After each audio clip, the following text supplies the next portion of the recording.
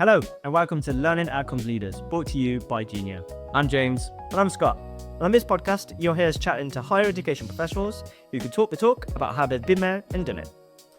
We'll discuss some of their proudest and most ambitious projects and explore the most effective ways in which they've helped to improve and elevate their students' experience. In this episode, we'll be talking to James Moore, Director of Online Learning at DePaul University, about his personal journey as a neurodivergent learner and how it shaped his approach to the HyFlex classroom model. We'll discuss his AI Sommelier analogy and how flexible learning environments act as a crucial safety net for today's students. Want to find out more? Let's get into the episode.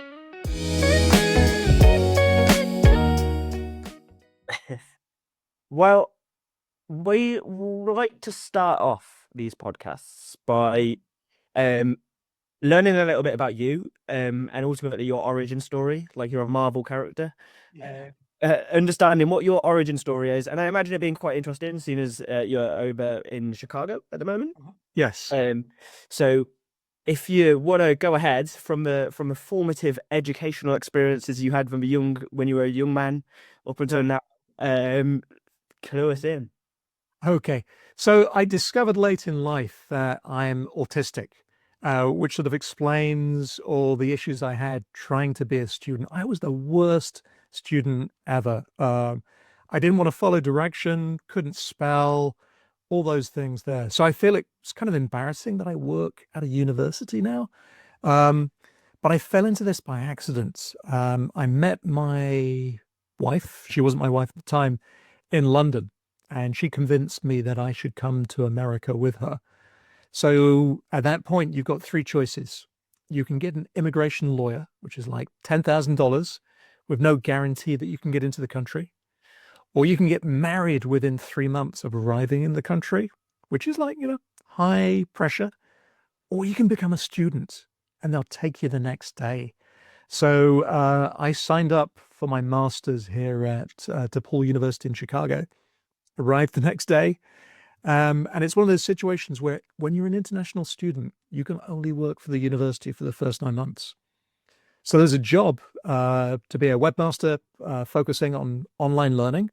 And I was like, I can do that. I love that. That's the exact thing for me. So I fell into this by accident. So like I say, it feels kind of embarrassing.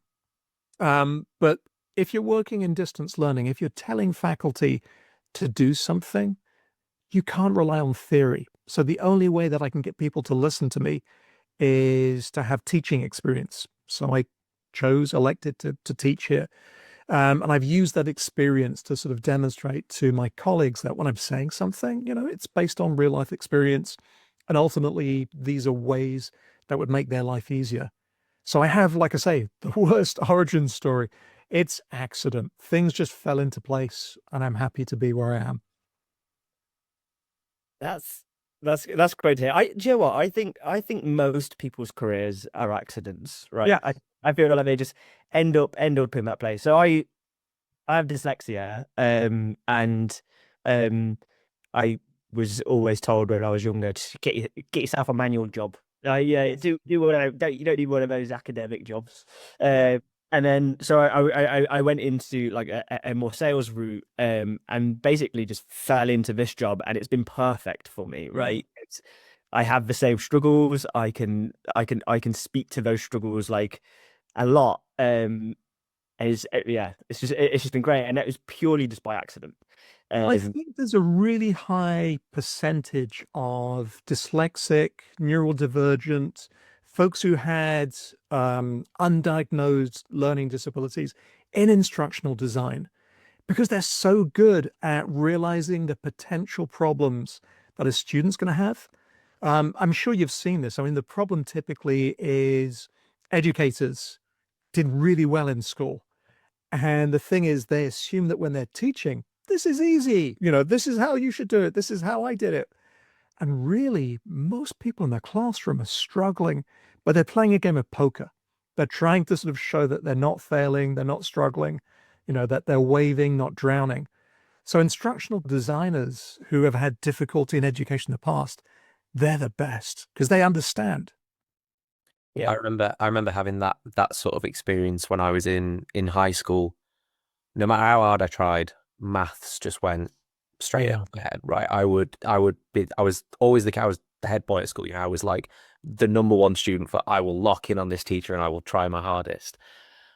I couldn't do it. And my teacher was very focused on we're going to get everyone A stars, but I couldn't get to the B, let alone the A. And so I found it really difficult because I was being taught in a way that was meant to make me this high fly student, but I didn't have those foundations in the first place. And like looking back now at that, knowing that actually the power of what it can be to actually just represent information in different ways, and actually by looking at supporting the 80%, not the top 5% to get those grades, like that's where you make the biggest impact on students right the way through the ages, whether that's into a kindergarten, even right the way up through higher education, for sure. That's so true. I was at a conference a couple of years ago, and we're just talking about how to sort of present. And one of the participants there was a teacher, and she was like, I want all of my students to get an A. And we were like, there are some students who don't want an A. They're comfortable with a B or a C.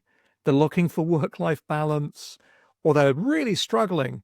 And a B to them is an achievement because they know that is tough to get and they're happy with that. So sometimes you're so right. It's sometimes difficult to get across that idea that everyone has a different target. We're not all trying to be in the same place. Yeah, it's a difference in success metrics, right? Yes. Like it's going to be very different depending on every single person and their own experiences and just how they value success in their own life. I mean, you mentioned work and life balance there a little bit. I think that's like an excellent segue to move on to like flex. Like, what is flex? I know a bit, but can you explain for everybody what flex is, so that we can dig a little bit deeper into your methods and how you do it? Yeah. So technically, the name should be HyFlex. That's HyFlex. And it's a really cool concept that came out of academia. So my theory in academia is the best ideas typically come from the struggling professors, the struggling teachers, the ones who are trying to make it work. So this idea came up that students have real difficulty sometimes being in the classroom or remembering what happens in the classroom. So try and create this environment where a student can be physically in the classroom space, or they can connect to that space remotely, or they can access a recording of what took place there. So this is HyFlex. We call it Flex here just to be difficult, to be different, but it's essentially the same thing. And it's a beautiful concept that really resonates with students at the moment. So I don't know if this is your experience, but for us, we have business students who would be working in the city of Chicago. They'd finish work at 5 o'clock. They'd grab some food. They head to the university, down the road. They're there at 6. They'll study till 9 and then they'll go home. And that worked for them. And now we have work from home.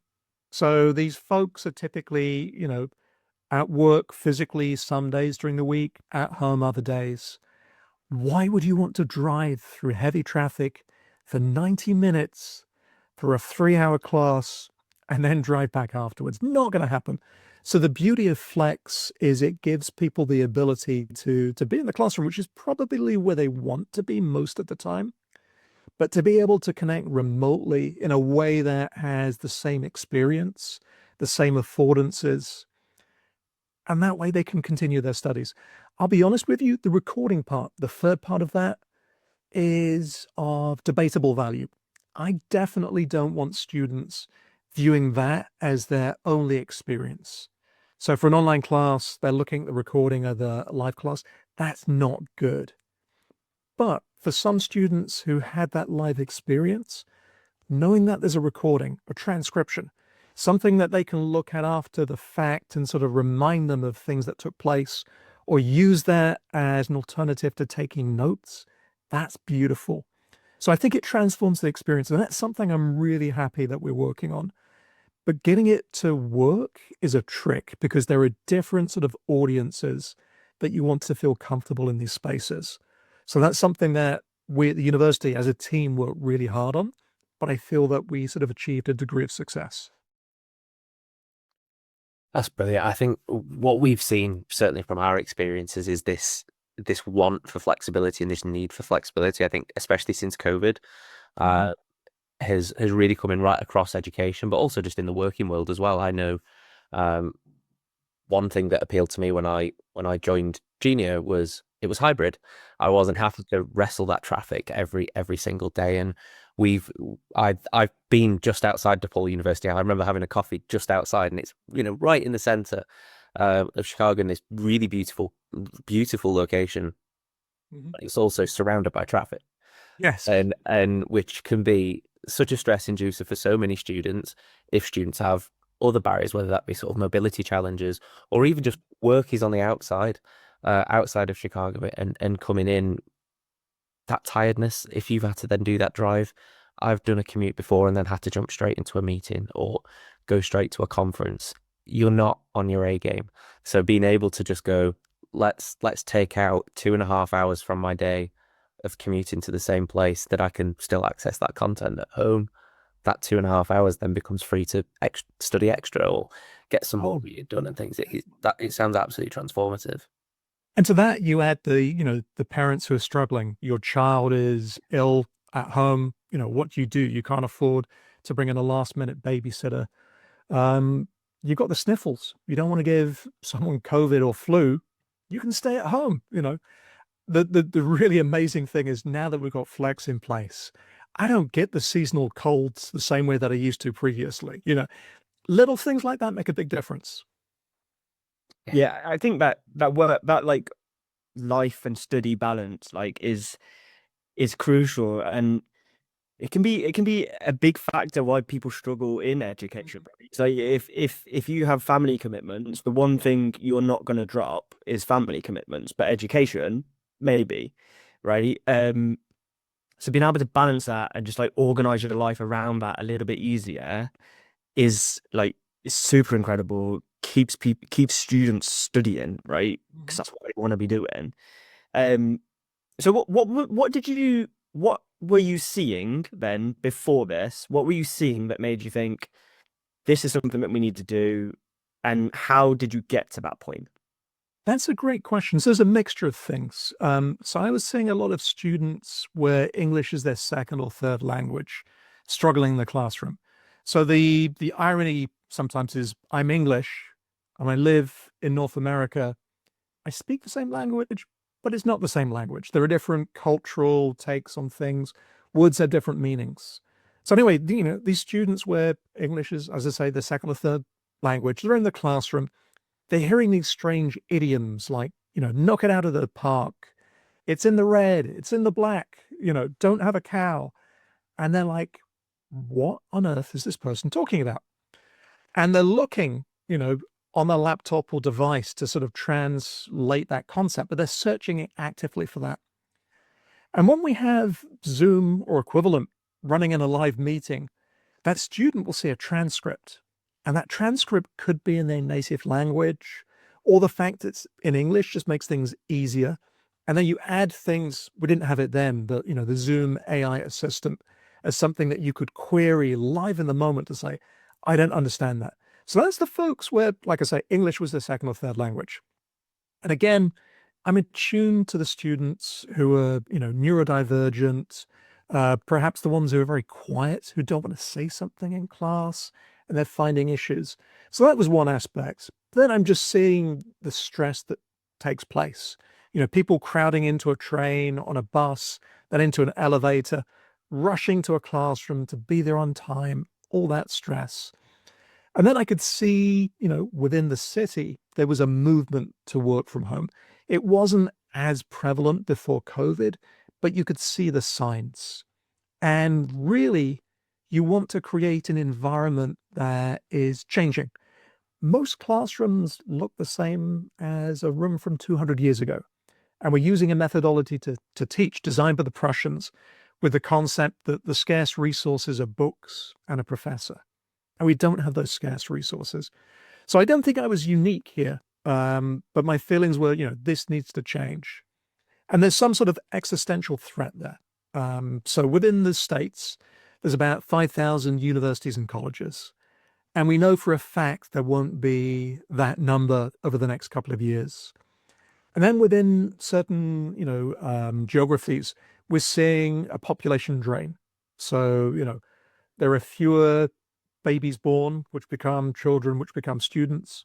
People migrate from state to state. So it's making sure that you can provide an infrastructure that's convenient for students. The education is still going to be as academically rigorous, but you're going to take away the pain parts that don't add anything to the experience. There's some painful things in education that make sense, that could be good, but there are a lot there that aren't. So it's finding ways to sort of remove those. So that was the need. But then the trick was like finding out the right tools, the right environment, the right support, and to sort of culturally sort of position this as something that we should get behind. But luckily, I work for a college of business. So the cool thing is, if you make a business case, your audience is going to accept those arguments. So, I was lucky. There are places where perhaps this wouldn't work quite as easily. That's super interesting to hear. I think one of the things you mentioned just then was like how the workplace is changing, and you noticed that. I think there's so many institutions have like strategic initiatives towards like building career ready students, right? And you're basically doing that if they're going to go into a place where they're going to experience working in situations which are hybrid working. You're preparing them for how to do that with this flex model. That's so super interesting, especially when institutions are looking towards that. And there's some really interesting externalities there. So I don't know if you are parents, but there's a lot of research that talks about the ideal time of day for a student to learn. So if you think about your experience of school, as a teenager, you send her early in the morning when your body wants to be asleep, your brain isn't working, you're not going to learn as effectively. As adults, we get tired in the afternoon, but we throw graduate students into a classroom at 6 o'clock to 9 for 3 hours. They haven't eaten, they're getting tired. And then the research suggests that we can only learn a certain number of things every hour of instruction. So it's around sort of 4 individual things for every hour of instruction. So there's a lot that you're going to miss. And we need, as humans, the ability to sort of reflect on our learning. So cramming something into 3 hours isn't effective. So one of the weird things that I've noticed now as we move towards flex, so we're pointing out the advantages to students. This is, for some, a better way to learn, an easy way to learn. And one student came to me last year, was like, can we have classes that are only 45 minutes long, but we have them 5 days a week? And it's like, that is a good suggestion, because quite often institutions are looking to maximize classroom space. So what they're doing is they're making sure that utilization is high. So when one class finishes, another one starts. You want people in the building, you want people in the classroom, but that's really not the effective way to teach, So the cool thing is you offer a solution, and then you realize there are other solutions that are coming from that action that maybe we should consider. So that's the cool thing about being in education at the moment. There are so many places that we're sort of reevaluating our biases. We're reevaluating our previous practices that maybe aren't the best for our students. It's funny you mentioned like things like the capacity that we have to learn, how many things we learn. I remember years ago being in a university course that was talking about how to effectively learn, and it was talking about study sprints and this idea of like using multimodalities of learning. But this workshop lasted for 3 hours and was just one lecturer talking at me. And so all of the actual learning theory wasn't put into practice in that same moment. So it can be so easy for us to know what works for people, but it's a whole different thing to be able to design something that really does work for those students, because it is so much more complex than that. I get going back to one thing that you mentioned, that sort of changing of demographics that we're seeing in not just sort of nationally with sort of birth rates and things, but actually sort of who are the students of today. How have you seen that sort of shift? We talk a lot about this sort of new majority of learners here, where it's these students that we would have classed as being non-traditional previously is now actually this new majority of students. Have you seen more parents and international students using this flex model than you would have done sort of coming to DePaul years before the flex model happened? Yeah, definitely. So it falls into almost like a Goldilocks pattern. If you think about the fairy tale, there was, a type of porridge that was just right. There was a chair that was just right. There was a bed that's just right. So here's sort of the demographics that, or sort of the preferences I'm seeing. So undergraduates, the younger students coming in fresh, they definitely want that face-to-face experience initially because they're looking to make friends. Maybe they want to date. They want to know who their professor is. They want to become part of that culture. But then over time, they start to sort of choose or select a mixed bag of modalities. So if they know that a class is easy, they want that to be online, and in some cases, online asynchronous, so they can sort of move study to a convenient time. If something's really tough, then they want access to their professor. So again, that might be face-to-face, but it can also be flex. For our graduate students, what I typically see is their work life is really involved, and they typically have families and maybe parents now that they need to look after. So they're looking for that adaptability. So I see a movement towards either online or flex there. And again, flex sort of creates this sort of modality that does many things simultaneously. And as in the name, that flexibility is important. But it's really interesting. I find too often people talk about online as a homogeneous modality when it's not. So some of my students, they want online asynchronous. Study at your own pace, do it when you have time, with the assumption that you're an army of one. You don't really need to socialize that much. You can figure it out. And at the other end, online live, you realize that you need to be in the moment. And then in the middle, we call it online hybrid. And the name isn't great, but effectively it means half the time is asynchronous and then half the time is live.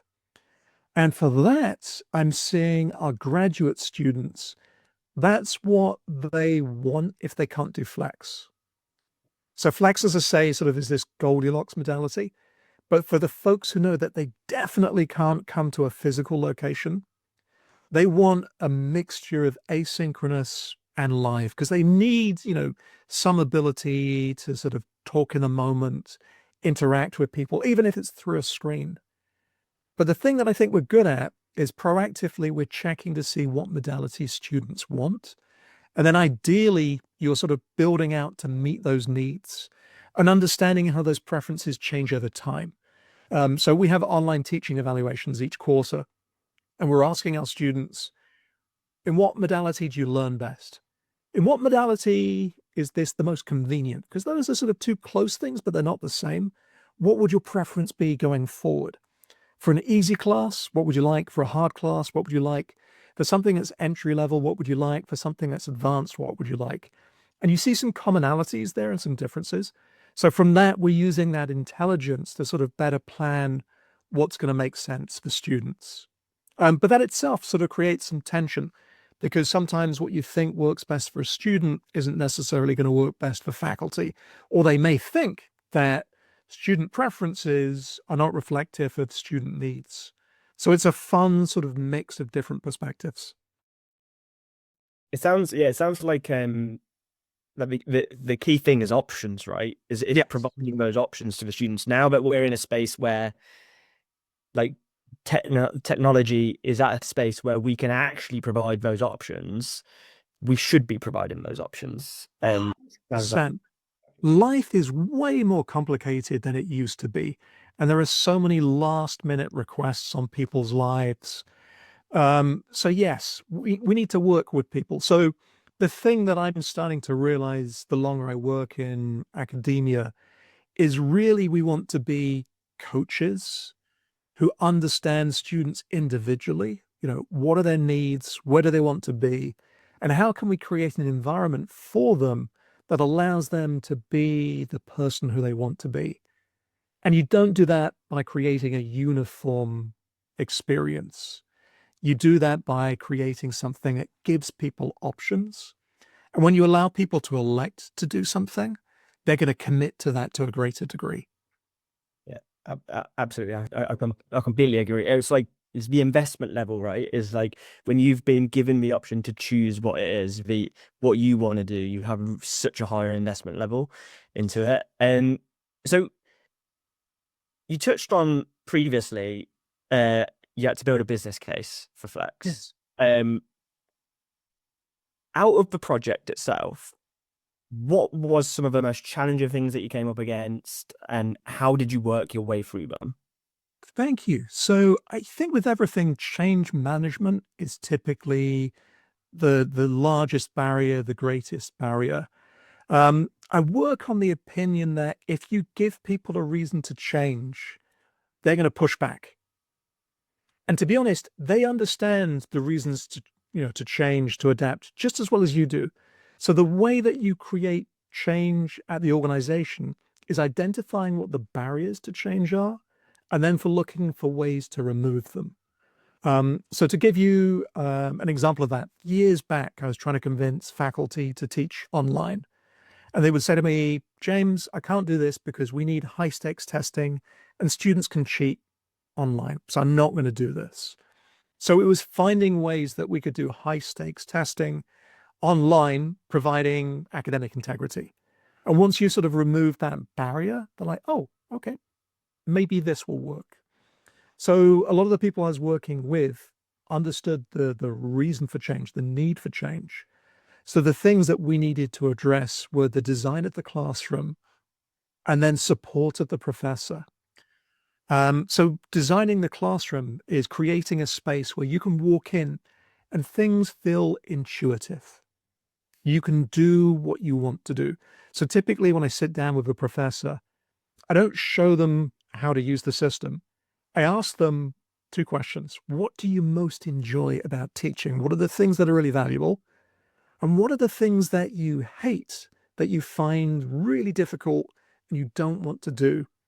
And from there, you're showing them, in this space, in this technology, here's how you can concentrate on the things that are good to you. And then support falls into other areas. So one of the things that I think was really effective is when we got people teaching in these rooms for the first time, I would send a targeted email the day they were teaching. And basically, it's 5 questions. It's like, if you don't have time for this, no problem. But tell me what's working, what isn't working. Is there anything that you would want to change? Is there anything you want to share with me? How many students turned up? And I would get feedback from those questions because they were targeted on the day. But the really important thing was this created a conversation. And quite often professors would say, well, this doesn't answer your 5 questions, but I tried this and it didn't work, or I want to do this. And it's reducing the friction. It's looking for ways to sort of find out what isn't working, because otherwise you end up in the scenario where when the quarter finishes, when the semester finishes, the professor has this whole litany, this long list of things that didn't work, but they didn't tell anyone. And what you want to do is you want to fix problems immediately. And then the cool thing is if you fix a problem for someone immediately, they sometimes turn into an evangelist and they start showing their colleagues, oh, this is how you can do this. So that was a lot of work, but I think that's what you want to do at the early stages of the project. And you're also sort of reinforcing the reason why we're doing this. So it's like, hey guys, there is a business problem. This looks like it might fix the business problem. Here's the feedback we're hearing from students. Here's how we're seeing students vote with their feet. This is important. Yes, it's going to be painful, but we're doing it for a good reason. And we're going to do it with you. We're going to listen to what you say. We're going to change our policies and procedures based upon feedback that makes sense from you. We're in this together. So that's the good news. I mean, this can be done. It's just basically making sure that you invest time and energy to make sure that those things are dealt with right at the start. And again, that can sometimes be difficult in higher education because people are cutting back on resources. Sometimes there isn't the money there to spend. We don't have the people who have spare time to work on something. I think that change management is something that happens everywhere, right? Yeah. I know in my own life, my own sort of working world, if something's changing, it's very easy to go, oh, this feels different. But the more that becomes a conversation and this sort of two-way thing, rather than it feeling like something that's being either dictated to you or told that this is what you're going to do and we're going to review this in 4 months, the fact that that's that continual thing, I think is so important. Have you seen professors themselves wanting to sort of encourage themselves to do teaching online, or is the expectation still for them on the most part that they're on campus for most or all of the classes? How does that work from sort of a faculty side of things? That's a great question. There's a lot of nuance there and a lot of factors there. So what you typically see in the US market is because of promotion and tenure, faculty sometimes are reluctant to try something new that might reduce their evaluations or their effectiveness until they've got promotion and tenure. So there was a weird sort of dynamic some years back where typically the older professors were the ones who were embracing change because they felt comfortable doing that. And the younger professors were like, I've been told that if I get promotion and tenure, I need to concentrate on these things here. And ours is a university where faculty are expected to publish as well. So there are 3 things that they have to do. They have to teach, they have to provide service, they have to research. So I understand there's sort of a systematic barrier there sometimes to change. The weird thing is COVID is a time machine. I'm sure you sort of see this. The things that were sort of seen as futuristic and strange are now commonplace. So we definitely have an audience of people coming in who are like, well, this is how I do things at home. I should be able to do this in the classroom. So, there's an interesting dynamic. But the thing that I think has sort of changed things in really powerful ways is the ability to bring in guest speakers in a way that's meaningful.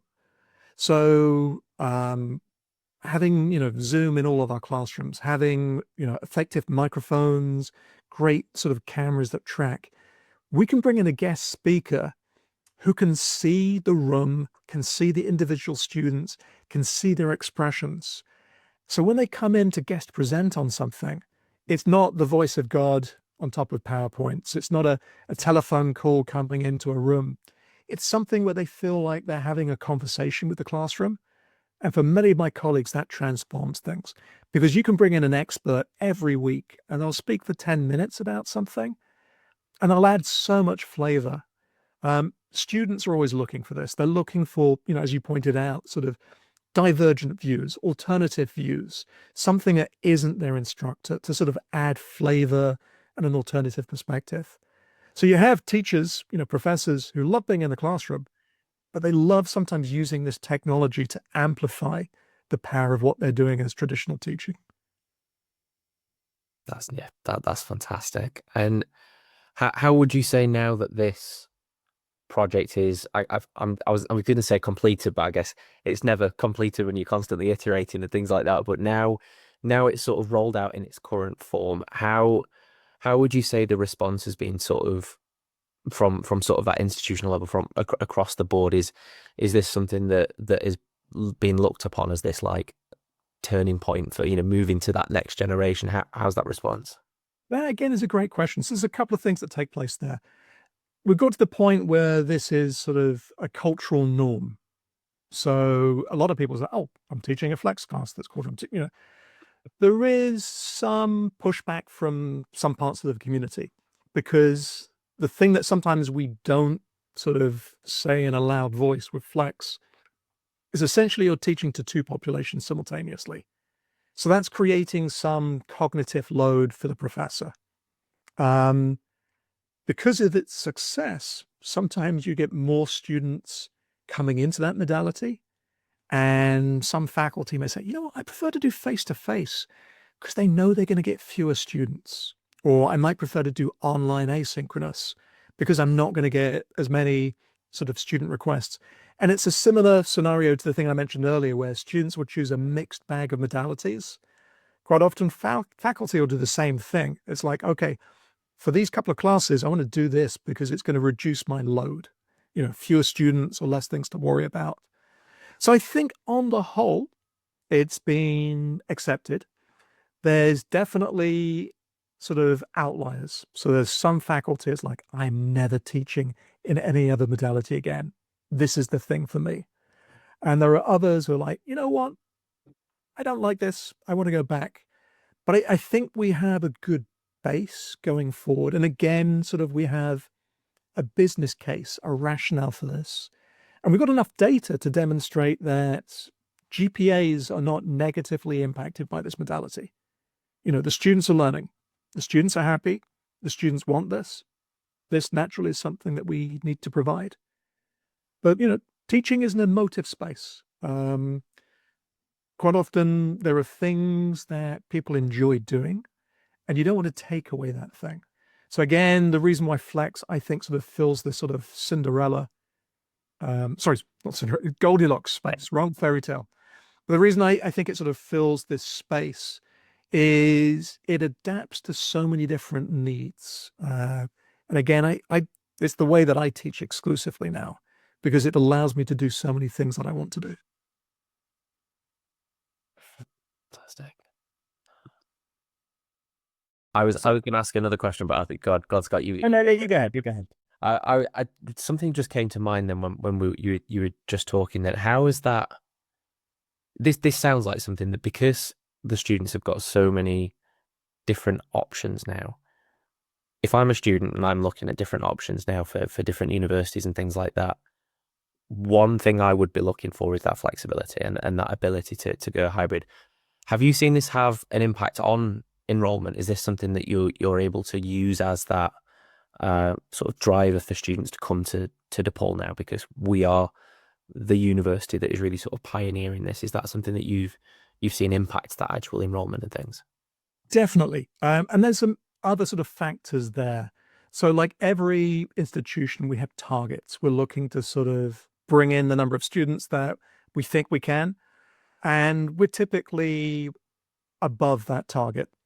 Now, a lot of the reasons we're above that is because of outreach. So my colleagues who teach quite often are on the telephones over summer, sort of calling students and saying, we'd love to have you here. We saw your application. Can we talk about something?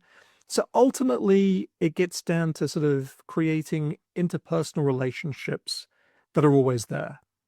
So I think my perspective is sort of Flex reduces the pressure that students have. So if you think about committing to 2 or 3 years studying, there's always that fear, oh my God, I'm going to have to move because my mother or my father is ill, or my job's going to send me to a different place, or something's going to change.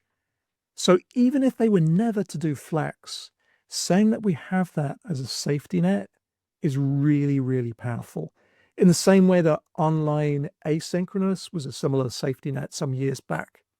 No matter where you go, you can complete your degree. So yes, it definitely fixes that.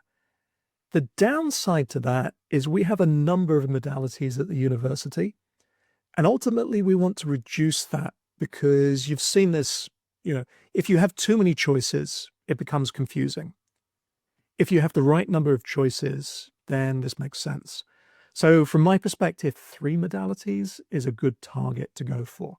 So I would like us to say, we've got entirely in person for those who want that. We've got Flex, and then we've got some form of online, which is probably online hybrid in some way, because you need to have that live interaction. But yeah, you're so right. We are in a competitive environment. We need to sort of demonstrate that we have the things that are going to reduce stress and make it possible that someone's going to complete their degree on time and for the amount of money that they've calculated. So yeah, I think it's part of that equation. It's not the only thing, but it's definitely part of that. I think it's you're right to say, like, it's a competitive space, right? And you're working for like when you're a student, what is going to be best for me in this position, right? And that's what they're searching for. But yeah, if you have too many options, this decision fatigue comes in, right? And you're like, oh, wow, 100%. it's great that they've got so many options, but I don't know which one I want, right? So simplifying it for the student. How do you go about understanding like which ones to zone in on, though? Like which options do you zone in on? Yeah, so we do a lot of survey data. I talk to a lot of students. My colleagues are running sort of, brown bag sessions. Like anytime I meet a student, I'm asking them. So it's just that nature of being inquisitive and sort of understanding. We're looking at the data. So we can see, GPA, we can see pain points. Um, Here's sort of a weird angle on that. So one of my favorite professors for teaching online was a guy who didn't know technology. He actually printed out his emails or sometimes even asked someone else to print them out for him. But what he did when he taught was he said to students, I am your professor today, and I will always be your professor. When the class is over, you have my name, you've got my email, you've got my telephone number. You can always reach out with a question. And I think ultimately that's the thing that our students are looking for, the fact that there's going to be a meaningful relationship with their professor, with the staff, with the other students.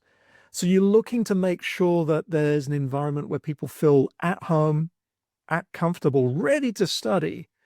And again, I think Flex is part of that. There's some weird anecdotes I've heard from students. So quite often faculty hate it when there are fewer students in the physical class than online. And I can understand that. But sometimes when we're asking students, why did that happen? I was on the bus was going to be late. I didn't want to walk into the classroom late. So I selected to go online for that particular day so I could be ready. So that's one of the other things that sometimes we need to talk to people. We need to sort of explain what motivations are, why people act a certain way. And again, it's just getting back to that sort of air of inquiry. Don't make assumptions, ask what people would like to do, explain why you're doing something. And that's the beautiful thing about education. I mean, again, we can sort of break down some of those sort of systematic barriers. When you talk about that split there between sort of the students that are in person, students that are online, like we talk a lot about sort of how learning has to be a process, how learning can't be an event where you just sit, listen, and you remember it. One thing that we've had as a challenge as an organization sometimes is because some of us will be in the office and then half the team, a quarter of the team might be online. To have interactions, even just in meetings, sometimes it can be quite broken up across those two mediums. And I'd imagine that's going to be the same if you're in more of a debate environment, or something that's a bit more interactive. How have professors found that challenge? How has that been sort of I was going to say negotiated. I can't think of the word now. Navigated is what I was looking for. So that's a great question. So there are a couple of ways that we do that. So one, we introduce during training. So when we speak to faculty who are going to be teaching in the room, we say, when you walk around the room, and we design these rooms so faculty can walk around them. So in some cases, there are cameras tracking the professor. We've got multiple confidence screens in the room, sometimes in the ceiling. So it's easy to see, what's behind you. So we're pushing faculty to walk around. But what we do is we say, when you have a question, direct that first to the folks who are in Zoom. Because typically in a meeting, when you've got people in Zoom, it's harder to get that ambient information, to look around and say, well, I can see this person's leaning forward. She's going to answer first, so I'm going to wait a beat. They don't get that as easily. So we say, be very purposeful. Ask questions of the online folks first, and then bring it back to the room. So a couple of my colleagues, they even have ratios for this. They're sort of like 80% of my time is projected on the online people. And then we bring it to the room. Or using breakout sessions, which are mixed between remote and in class. So like I say, a lot of that comes in training to try and push that. And it's created some weird anecdotes. So one of my accountancy professors noticed that a student who'd been online for the past 6 weeks came to class and sat at the front of the class. And she was like, hey, what's going on here? Why are you doing this? And he was like, well, you always pick on the online people. So I thought I'd have an easier time being in class. Oh, it's the complete opposite of what it was like at school for me. I was sat right in the back of. Yeah. It's amazing. But then there are level things. So when I teach, I typically run a Kahoot at the start of class, a quiz, and we gamify that. We're looking to see who's on the leaderboard that week. You make sure that you're saying hello to people as they come into the classroom. So your class might start at 6, but Zoom starts at 6:15. Every time someone pops up online, there's a quick chat. You're looking for ways in which the online remote students always say something in class.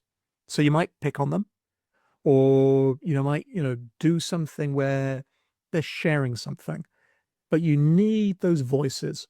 But this gets back to sort of traditional teaching, and actually sort of any sort of meeting. You're making sure that the person who hasn't spoken has an opportunity to say something, because you want all voices heard. It's great to hear, because it's so like James referenced, like when we're in Zoom meetings, sometimes the one person on Zoom can get like drastically overlooked. So it's so important to have that, like, tune into them first, right? Maybe we're even going to take that into our meetings, right? When we're going to tune into that person first and then reference everybody else in the room after. That's super useful. Learn something here. And in the theme of learning, this podcast that we're doing, it's all about like sharing the ideas, right? So that other people can take on these ideas or adapt to these ideas and do something similar at their institution if they need to or want to. So what would you say to someone who wants to do something like HyFlex at their institution? What would you say? What advice would you give them going forward? Thank you. That's a great question. So there's a couple of pieces of advice I think about there. The first is I would look for long-term wins. So things take a while in academia. And the way that you're successful is building up trust from little actions. So again, to provide an analogy here, if I'm working with faculty and ultimately I know that there's a big problem that we're working towards, I look for little problems along the way. It's like a computer game. Before you battle the big boss at the end, you battle the little bosses. So you're looking for ways that you can make life easier for faculty, that you can sort of demonstrate, here's something that I'm on your side for. So ultimately, when you come to the bigger thing, you've got a track record. And you're looking always for the students. So there are, faculty sometimes realize that they're asked to do more each year with fewer resources. Put in some more hours, do this. So if you are looking to make a change, look for things that you can remove. Look for things that you can take away. So someone has the ability to carry this new burden or to shift to a new thing. And then the last part is communication.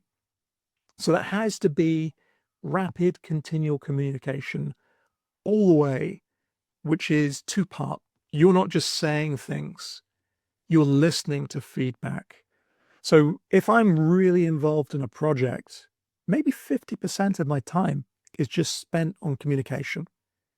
Zoom meetings, meeting people in their office, sending out emails, being able to chat on the telephone, being available. So, it's not a thing that you do, at the snap of a finger. It's not something that you decide today that this is the thing that I'm going to do. You take some time thinking about it. You create some space in your routine to be able to do that. And you realize that this is something that's going to take some time. I think that brings it back to like change management, right? It's all about change management, right? Building that trust so that when you do eventually propose this idea, which is going to be very difficult, they trust that you're the person to manage that situation and support them along through it. That's a great sentiment to close out this podcast. I would love the opportunity for you to plug anything you wanted to. If you've got anything in particular you're working on or working on in the future that you want to plug. Yeah. So the thing that I'm pushing at the moment, along my colleagues, is AI literacy. So my colleagues at our Center for Teaching and Learning has developed an online asynchronous course that introduces artificial intelligence with a focus on generative AI, but provides a framework that allows faculty and staff to understand the technology, to understand how it's going to change society, the negatives, the positives, ethics, bias, and then provides a framework for using this practically in small ways and then larger ways for either teaching or for regular staff positions. But what I'm looking for is within my college and then ultimately the university, we have a 100% take-up rate. Everyone who works here has taken that foundational course. Because imagine then talking to a prospective student or parent of a student to say, all of our staff, all of our faculty are AI literate. They might not want to use AI. They might think that it's the wrong thing to use in this context, but there's a reason why, and they have that. So I think that's one of the things that's going to be hugely transformative. And if there are folks, on this podcast who don't have that centralized support, realize that there are really good places that they can go to online to provide that.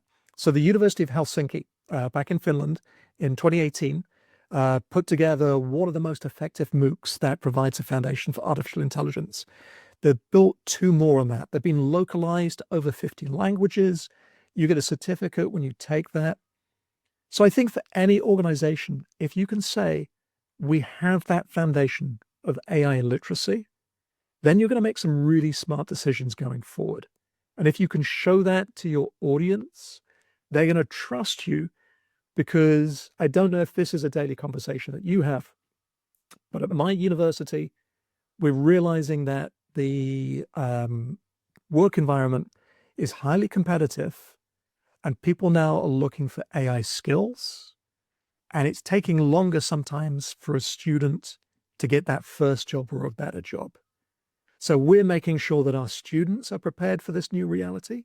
And the only way that we can do that is if everyone in the organization understands this new reality. So that's my plug. That sounds awesome. I think, I mean, from my own personal perspective of AI, I've been a bit like apprehensive of it until like I delved in to fully understand when and how to use it, right? And I think that's what you're establishing, right, for students. And there are reasons to be skeptical. Yeah. If you think about education, the nature of a professor and the nature of an educator is anytime they're presented with something is to interrogate it and say, is that true? You don't take something at face value. And all of us on this call, we work in technology, and we've seen various situations where a technology overpromised and underdelivered. So, we're wary. But to your point, we definitely need hands-on experience that goes beyond theory. Yeah, I was listening to a podcast on this recently, actually, just talking about AI in general and these predictions that this is our generation's industrial revolution, and that the ways in which we communicate, work, socialize are going to be changed so significantly by this technology because of how rapidly it's continuing to sort of develop over such a short period of time. I remember looking at AI for the first time, or ChatGPT when that first launched, probably about 2 years ago, and it being able to summarize something for me really quickly and me being blown away by that. And now it can just automatically generate a video based off of 1 sentence prompt, and that's what's happened in 2 years. But being able to understand when those different features can be used effectively for the workplace, but also how that can be leveraged to teach, but to learn as well, using that to be able to say, take this, quiz me on it, do this with this information and things. It can really set students apart, being able to now to use it responsibly there for sure. So yeah, that's a great plug. So here's my dumb concept there. So when I teach about AI to my students, I say, I want you to be a sommelier for AI. So I don't understand wine. If I go to a restaurant and wine is on the menu. I have no idea. But a sommelier can do three things. They can talk about the provenance of the wine, where it came from, the type of grape. They can talk about pairing, how it's going to sort of elevate the food that you're going to eat that evening and make it a transformative night. And then they can talk about price. You indicate how much you're willing to spend, and they can show you the right wine within that bracket. So it's the same thing with AI. You want students to taste it and to understand those three components. So, okay, what's the provenance? Because a lot of AI is, if you look at the underbelly, it's not ethical, it's biased, it has all these things in that shouldn't be there. So you need that. You need to understand pairing, how it's going to work for a particular task. And then you need to understand price, how much is it going to cost? And the cost of implementing it, how is that going to change you and your colleagues? So like I said, that's my dumb concept that I'm trying to sort of share with my students. I like that. Be the sommelier can be the tagline of the the podcast. AI sommeliers. Well, before we close out, I'm going to plug something of yours, James. You were on our webinar recently, navigating AI in higher education. Super interesting, super insightful. So if anybody else wants to go and have a listen or watch of like James's views on AI, absolutely go and check that out as well. Hopefully we can have you again on in the future. 100%. This was so much fun. Thank you. We had a great time. Thank you very much, James. Hope you have a great day. You too. Take care. And that's a wrap. Thank you so much for joining us on Learning Outcome Leaders. We hope you found the conversation valuable and that it gave you some ideas for how you can elevate your own student experience. Don't forget to hit that subscribe button wherever you get your podcasts so you never miss an episode. Until next time, have an amazing day.